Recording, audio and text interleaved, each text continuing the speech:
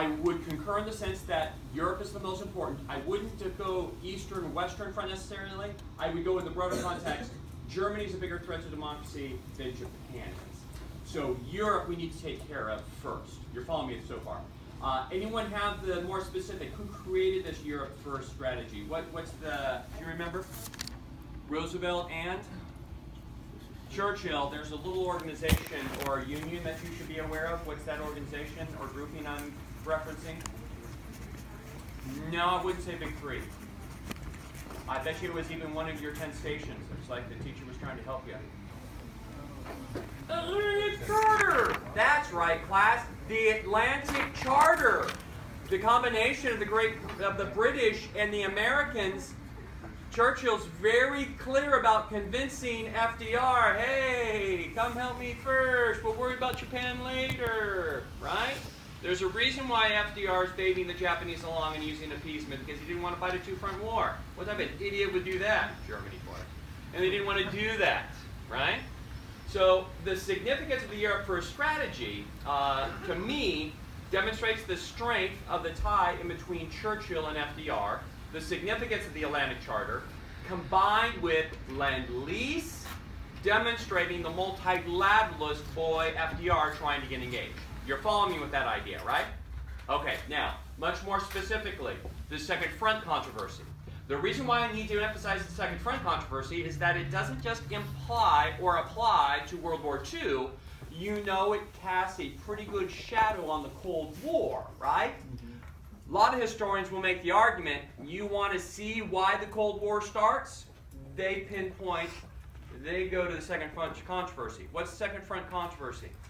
What's the Second Front? The West. Open up a French front. Who wants that? Who needs it? Why does Stalin need help in France? How does that help him? Because he's being overwhelmed by Operation Barbarossa, and he's got 3 million screaming Nazi troops in his territory, and he's getting bludgeoned to death.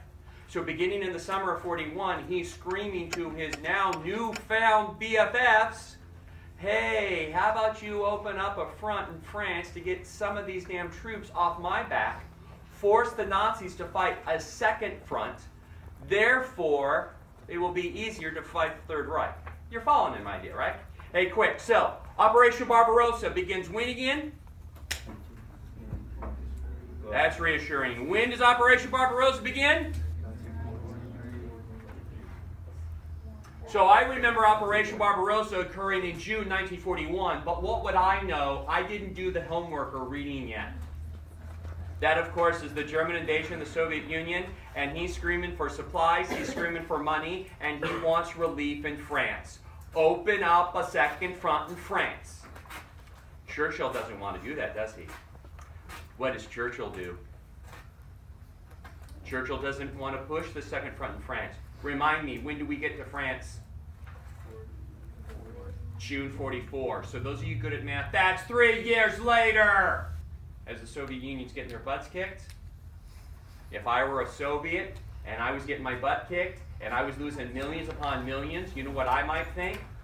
I wonder if those stinking capitalists are allowing me to bleed on the Eastern Front because they don't want communism to be strong. Right? Why does the West and the democracy wait 3 long years to deliver that second front? Because Churchill had this crazy idea that invading France in 1941 and 42 would be suicide. That if they opened up that front, they would get their butts kicked. So what did he want to do? He wanted to attack the underbody of Europe. He eats away at the periphery. Attack where the Nazis are weak. You don't start in France. You go to the stupid North Africa campaign. That's where the Nazis have extended. That's why they defend the Suez. That's why they're in Egypt, to make sure the damn Nazis don't get the oil from the Persian Gulf. If they lose the Suez Canal, dirty little secret, how does Europe get oil? That's right, they don't. So you have to defend the Suez. You have to stop the Nazis in North Africa. Now, does that help Stalin? Hell no. But it keeps the British interest alive, does it not? And then after we clear out North Africa, where do we go next? We go to Italy. The periphery. Eat around the edges. And then once you weaken them, Then you go for the heart. Then you open up the second front. Then you force Germany to fight a two-front war. So that means we allow the Nazis to pummel the Soviets for 3 damn years before we deliver a second front at Normandy. If you were Stalin, if you were a Soviet, what would you conclude about the West?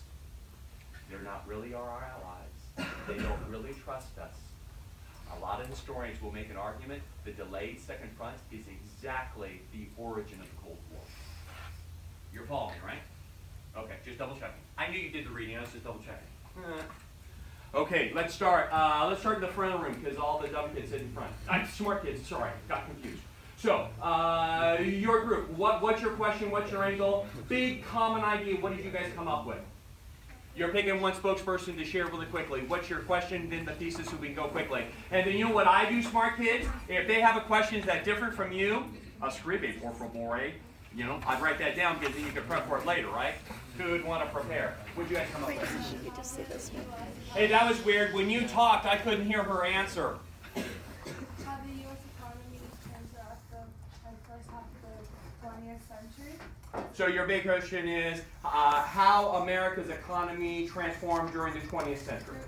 It went from like the progressives and then First World War and then Depression, then Second World War. One of those events altered our economy. Okay, so you're specific in time period, 20th century. You started with progressives, you go to World War II, and you're suggesting how do those economic changes impact the United States development.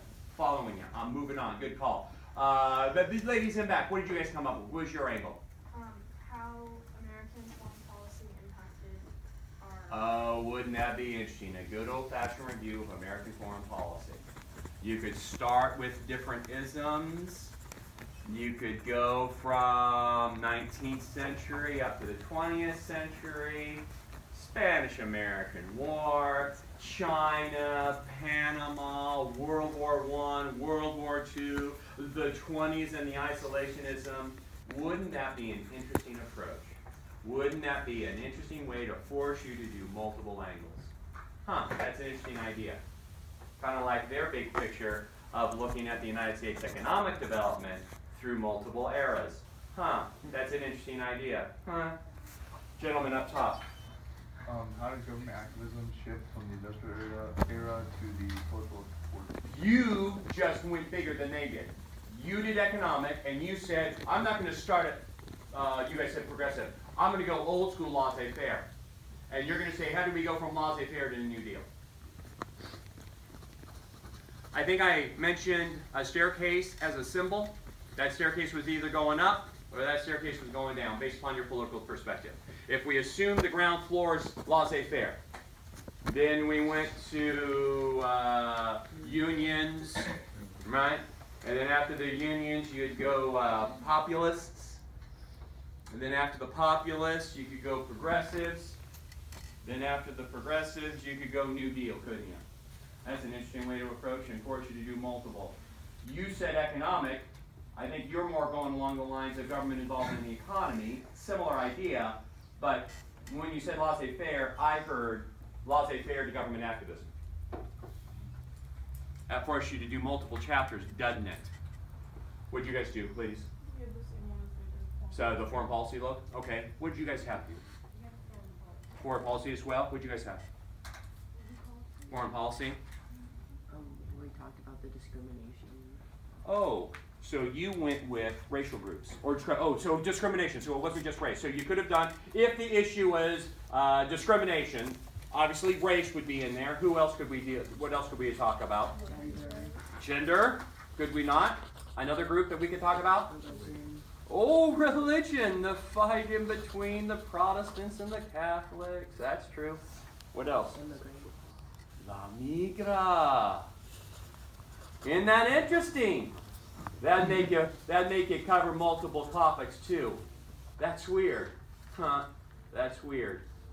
What'd you guys come up with? The same one that. Foreign policy? Yeah. Okay. Were you guys with them? Okay. Could I throw a couple of other issues at you that I think might be considered fair game? What about the flip of the political parties? Write political parties down. Because last time I checked, 19th century political parties and their orientation, their answers, kind of the exact opposite of where the political parties are by the time period we ended up after World War II. Right? That too would be fair game, would you not think? So you see what I'm going for, right? I'm looking for big overarching issues that forces you to integrate multiple chapters. Of course it will be an argumentative thesis, and of course you will integrate data from the study of those units to support your claims. IDs first, second quarter, progresses forward, 21 to 25. Essay second, overarching theme, semester-based, not just second quarter. You, of course, will bring a pen. You, of course, will bring paper. You, of course, will bring your journal, and you will leave said journal with me when you're done as a little present, because my life is incomplete unless I'm grading your crap. So, at that sheet that I gave you, can you please put second quarter at the top? Please put your name on it right now. Let me give you the numbers that would be expected, so there will be no issues. The boxes will be at the back of the room. You will drop it off. And where the heck did I put those numbers? I put them in a very safe spot so I wouldn't forget them. Is it on my podium in front? Where did I put the damn numbers? I put it someplace where I wouldn't lose them. Mother of God.